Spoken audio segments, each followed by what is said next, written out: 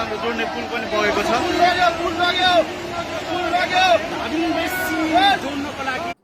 पुरै त्रिशुली आमा लाइभ यो चाहिँ है गाइस, यस्तो लाइभ छ। ओहो, पुरा ड्याम फुटेर आयो यार।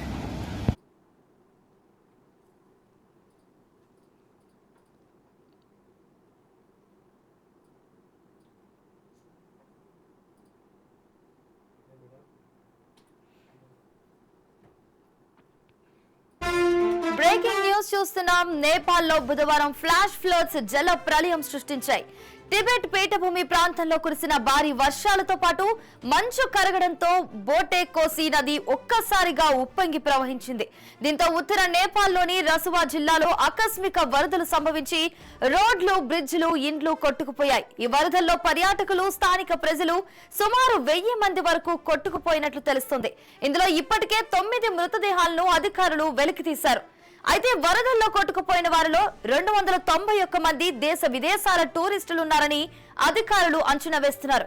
వీరిలో 105 మంది భారతీయులు కూడా ఉన్నట్లు సమాచారం అందుతోంది.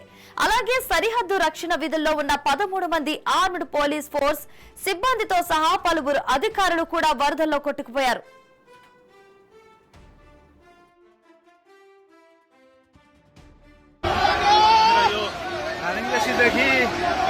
राजमार्ग जोड्ने पुल पनि बगेको छ।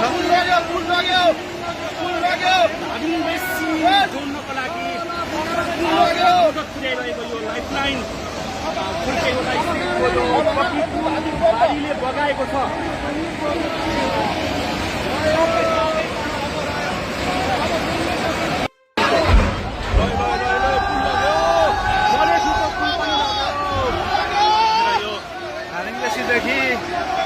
राजमार्ग जोड्ने पुल पनि बगेको छ।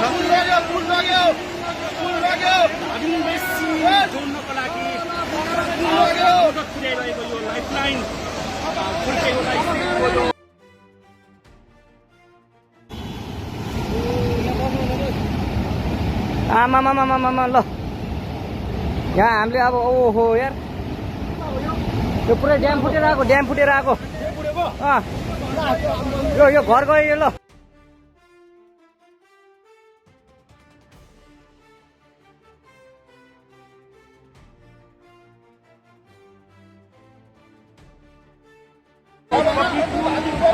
बगाएको छ।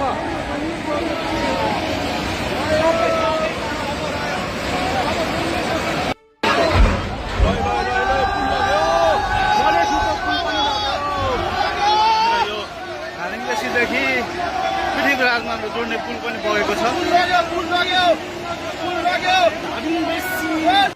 చైనా నేపాల్లను అనుసంధానించే అంతర్జాతీయ వాణిజ్య రహదారి అయిన పాసాంగ్ హామో హైవే కీలక బ్రిడ్జ్లు కొట్టుకుపోయాయి. నదీ పరివాహక ప్రాంతంలోని పలు జల విద్యుత్ ప్రాజెక్టులు దెబ్బతినడంతో ఆయా ప్రాంతాల్లో విద్యుత్ సరఫరా పూర్తిగా నిలిచిపోయింది. ఆకస్మిక వరదల నేపథ్యంలో నేపాల్ ప్రధాని Balendra Shah disaster response force, army, APF దళాలను రంగంలోకి దించారు. సహాయక చర్యలు చేపట్టేందుకు 15 హెలికాప్టర్లను రంగంలోకి దించారు. మరోవైపు నేపాల్ వరదల నేపథ్యంలో భారత ప్రభుత్వం అప్రమత్తమైంది. ఈ బోటే కోసి నది భారతదేశంలోకి ప్రవేశించి గండక్ నదిగా ప్రవహిస్తోంది. దీంతో ఈ నది ప్రవహించే బీహార్, యూపీ రాష్ట్రాలను కేంద్ర ప్రభుత్వం అలర్ట్ చేసింది. వరదలపై ఎప్పటికప్పుడు అప్రమత్తంగా వ్యవహరించాలని సూచించింది.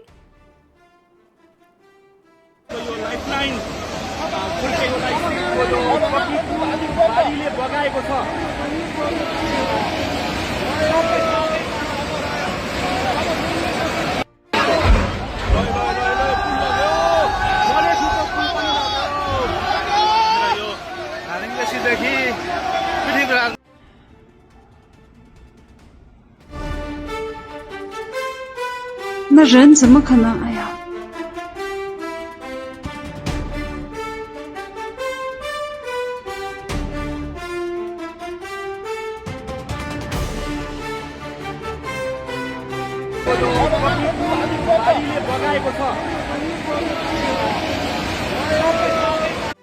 ！पुरै त्रिशुली आमा यो पुरै ड्याम फुटेर आएको।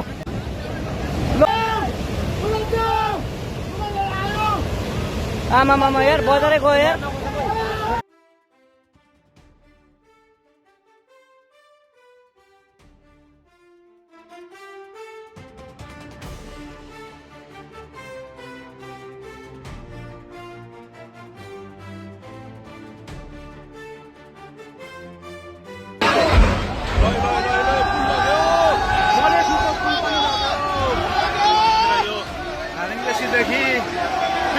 राजमार्ग जोड्ने पुल पनि बगेको छ।